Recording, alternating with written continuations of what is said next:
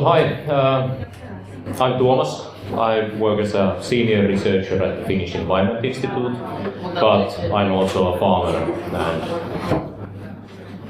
my job is to help farmers fix their soils and stop climate change. And thus far, farmers are doing just well on this field. So, how many of you are farmers? Most of you, great. And the rest of you probably know farmers or eat food or somehow you're connected. Okay, I was invited to give a presentation on regenerative carbon farming at Kilpia Farm, which is the farm I've been managing for 15 years now, which has been pretty much the same time I've been working at the Finnish Environment Institute investigating ecosystems. I mentioned earlier today the satellite imagery data. That satellite imagery data from our farm looks green like it should. This is the first part of carbon farming, is actually having photosynthesis in place, capturing sunlight, converting it into something which can be stored later into the soil. Okay, about regenerative farming. How many of you have heard about regenerative farming? Most. Okay, it's a buzzword currently. It wasn't a buzzword in 2008 when I heard about it and was like, this is interesting, but it takes a while. So now it's a buzzword, and it seems that everybody wants to be regenerative, and everybody is busy kind of figuring out definitions for regenerative agriculture which fit into what they are doing currently. This is one of my favorites. It's the regenerative agriculture definition. Actually, their site is called the regenerative agriculture definition to differentiate it from other kinds of old definitions. But they relate regenerative agriculture into a series of principles and practices, and it's pretty broad in scope and stuff like that. Nice photo though of a nice landscape. I have to say that I don't like these kinds of definitions of regenerative agriculture, which can list a lot of principles and practices and tools and methods that you have to use in order to get a certificate that this is regenerative. My own definition is more based on the way biologists and ecologists think about regeneration. So there's on our farm also a short history of our farm and the farming history there. So this is an estimate or a model result there. Every result which is based on modeling should have this warning label there. Warning, this is based on modeling, in this case humus bilans, may include assumptions. So I made some assumptions and checked how soil carbon has changed on our fields from the 70s when monoculture started. So with monoculture spring cereals, which is currently the most common crop rotation in Finland in use, you lose about 300 kilograms of carbon per year. And the starting point wasn't that high with sandy soils at our farm. So carbon was lost until a certain point. The carbon levels got so low that spring cereals didn't work on the sandier fields, and my father made the decision to move into a crop rotation where you have a fallow year and a dry year, and a fallow year and a dry year, which of course accelerated the carbon loss. Is this regenerative? No, it's not regenerative. So a definition on regenerative wasn't that previous trend, but it's based on a choice which I had when I started farming in 2005, is whether I would like the farm to be degenerative or with condition to weaken until kaput at some points, or whether I would like it to be sustainable, so that I would freeze the progress and live with a seriously impaired, poorly cultivatable soil, or whether I would like the system to be regenerative, in the sense that I would start building back the lost soil carbon there, improving soil function and building it back towards something which it was a few decades ago before all that monoculture. Do you want to guess which path I chose? No, it's too easy. I of course, did this. So in 2005, we switched into organic and had this organic crop rotation, which is this pretty standard crop rotation in organic cereal production. You have 2 years of clover-based hay, 1 year of rye, 1 year of beans or peas, and then 1 year of oats.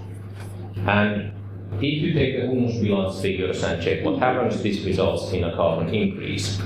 And gradually, if we continue this, or as we have continued it builds soil carbon. So, carbon farming. Is this regenerative? Could be. Could be. It's building towards greater soil health, in a sense. And the condition is getting better. But in 2010, after 5 years of organic crop rotation, my soils look like this. Sorry for the violent picture there, the soil was tapped. But the soil was seriously compacted. That's a grass crop there. The roots don't get very deep, and the soil structure is still poor. So at that point in time, I think part of regenerative agriculture is that a farmer has to decide what is okay and what is not. And at that point in time in 2010, I just said that this is not okay. I'm not going to farm or leave these soils in this kind of shape. I'm going to do something better. And in that case, the better involved testing subsoiling on grasslands. I asked around for expert advice, and the expert advice said, no, you can't do that, it'll kill the crop and ruin the soil. It was tried once in the 80s and it didn't work. Of course, the logical conclusion is then to try it. So we subsoiled the field, the soil structure loosened quite a bit, and because of hot weather, I thought that the grass is really going to die there, but it didn't. In a few weeks, that's where you have the line of the left side is subsoiled, the right side isn't subsoiled. Looks nice. So, I would like to emphasize here that the part of regenerative farming is monitoring what's going on in the field, making a decision whether this is okay, is this developing in the right direction or not, and then taking action. And of course then this loop continues, then you monitor, make decisions, take action.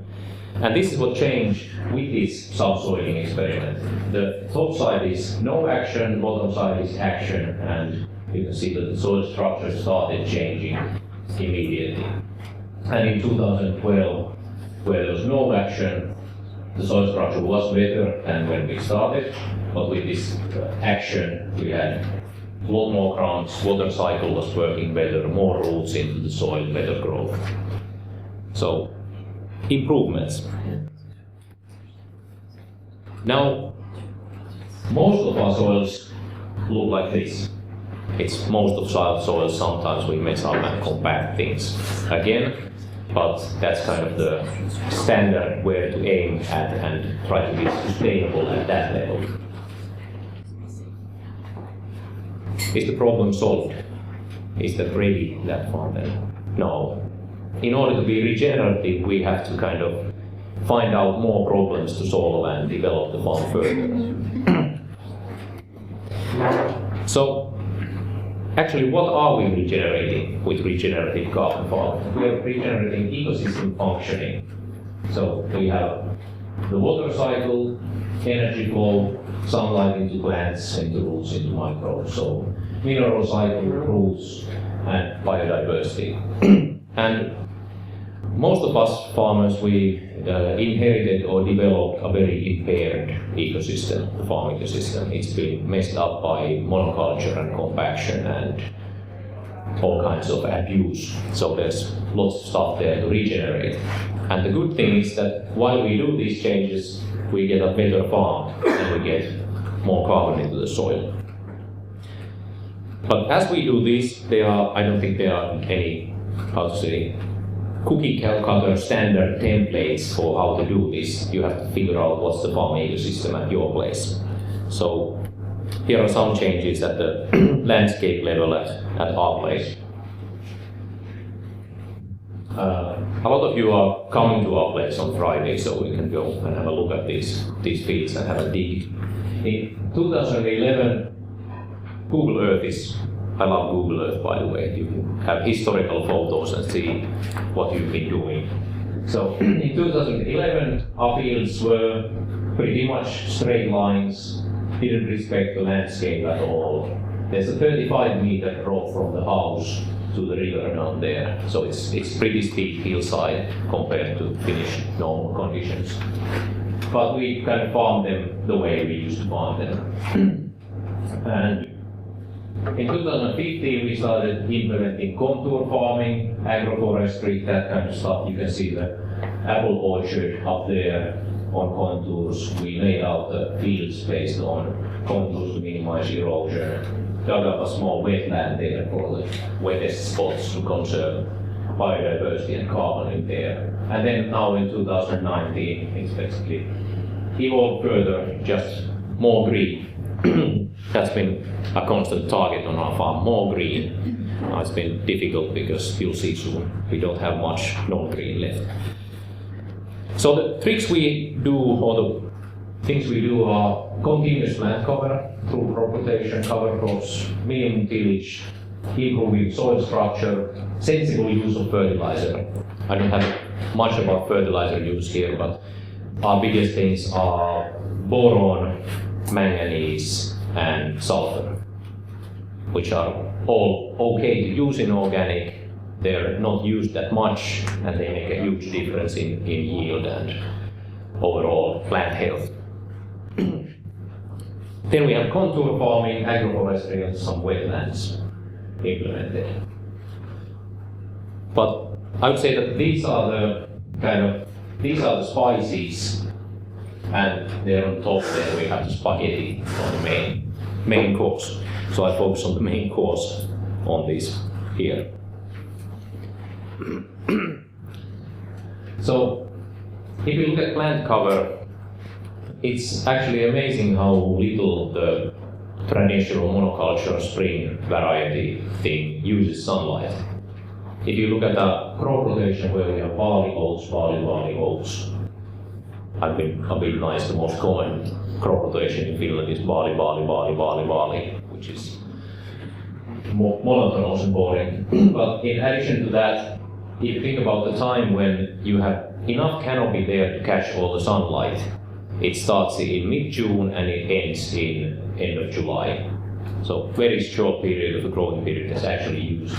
Then when people move to organic farming, they increase clover lays there, they add rye there, so they increase the amount of sunlight capture by quite a lot. And usually after people have converted from the first step to the second, after the clover lay, they kind of are amazed by their soils. I think I see people nodding. People have been converted to organic. Usually after 2 years of clover, then they go and till the soil and like, what's happening here? It's because you catch more sunlight, you converted that into plant sugars and root exudates and better aggregation. And then now we've been trying to push further in that, because even this organic standard rotation, there's a lot of gaps. You don't catch all the sunlight there. So our current rotation is a cover crop, rye plus clover mix, and oat plus mix.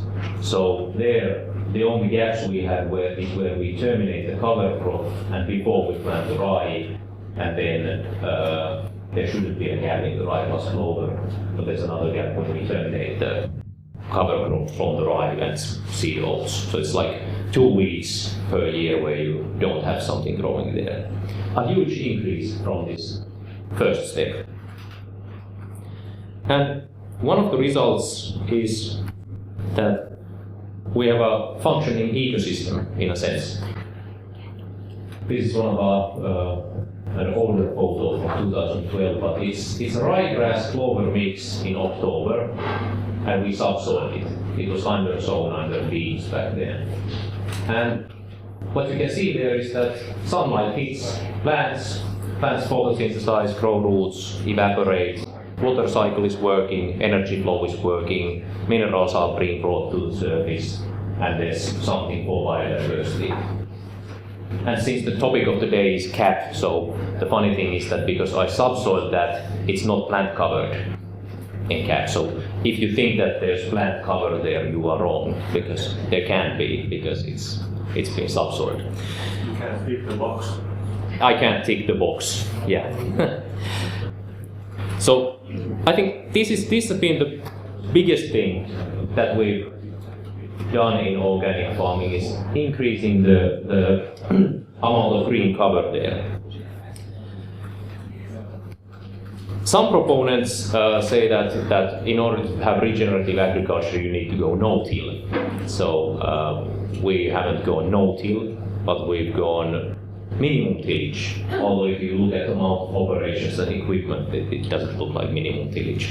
But overall, it's been commonly thought that in order to go organic you have to use a moldboard plow to control the weeds. So we've been, for the last 10 years, not using a moldboard plow except for recreational purposes.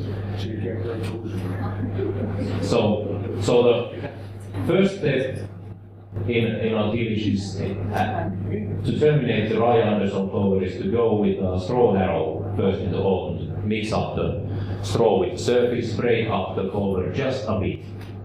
Then in the spring we go through with a cultivator with duckfoot sweeps, then with a harrow, and then seed with a time drill through this mulch layer.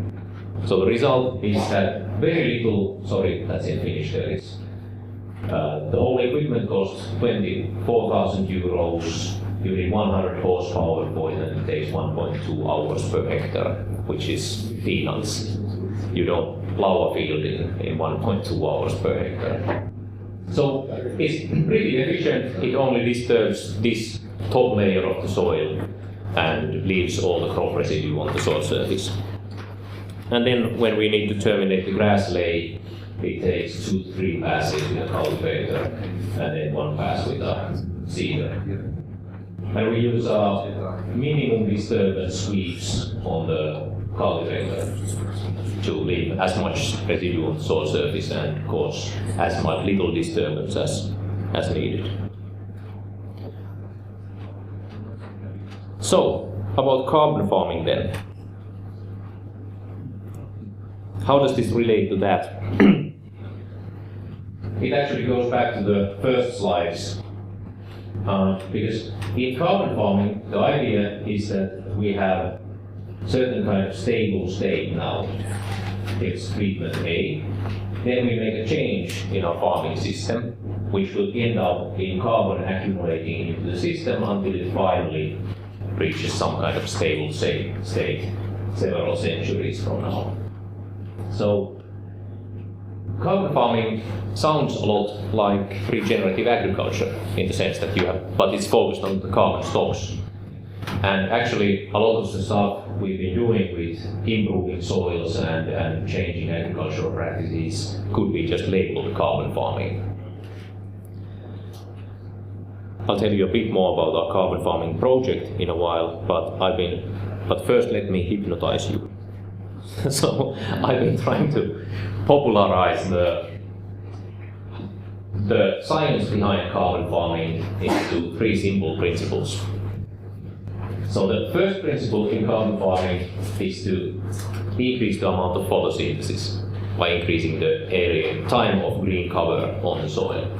Then that carbon which is captured from the atmosphere has to get into the ground, into microbes. So we need to feed the microbes with the carbon there. And then we need more soil aggregation. The photo on the lower right is a simple soil aggregate test that anybody can do. You just take a handful of separate soil aggregates, put them in an ice bowl or something which you put on the freezer to make ice cubes. Let it sit in water for 1 minute and just shake a bit and see how many of those aggregates are still intact. The difference between different soils is radical in a sense, and this affects directly carbon sequestration and soil structure and stuff like that. And if it works well, we get better soil structure, we get more plant growth, we get more microbes, and hopla, we are in the path of positive change in soils.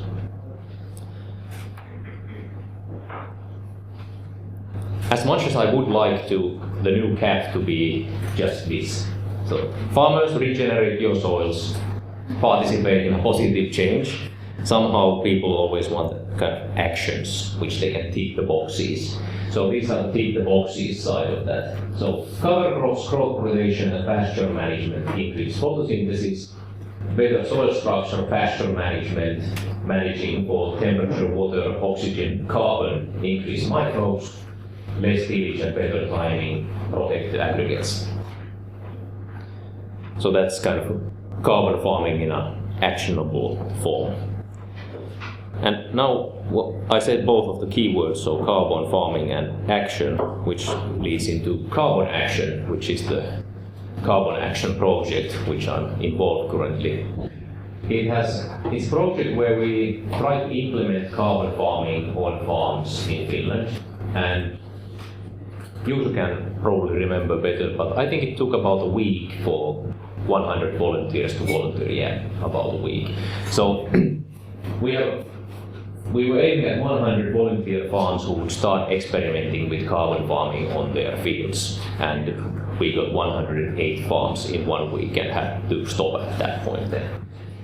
So these farms are testing cover crops, diverse grasslays, subsoiling, increasing organic matter by bringing stuff from outside, improved grazing, and then some of them are all in groups. They do everything possible to increase soil carbon. And each of these fields has two plots. So there's a test field and control field, and we tailored solutions for each field so that the solution should actually regenerate the soil health there. And then we're monitoring what happens over time to carbon, because everybody's interested in carbon. So this is gaining traction. In 2008, regenerative farming was something which was like, this is interesting. Now regenerative farming is something which almost everybody knows, everybody's interested, farmers are really interested. So looks positive. But I'd like to end on just like one note, which is kind of an antithesis to this tick the boxes. It's how matters a lot more than what. So these are two fields which were monitored on this carbon action field tour this year 2019, and both of the test plots have been grazed. And also a bit with the same amount of animals. On the left side, the length of the grass is like this much, and on the right side, the length of the grass is this much. So if we want to include carbon farming into CAP or some kind of other environmental payment schemes, we start to get into the question that how is a lot more important than what. Thanks.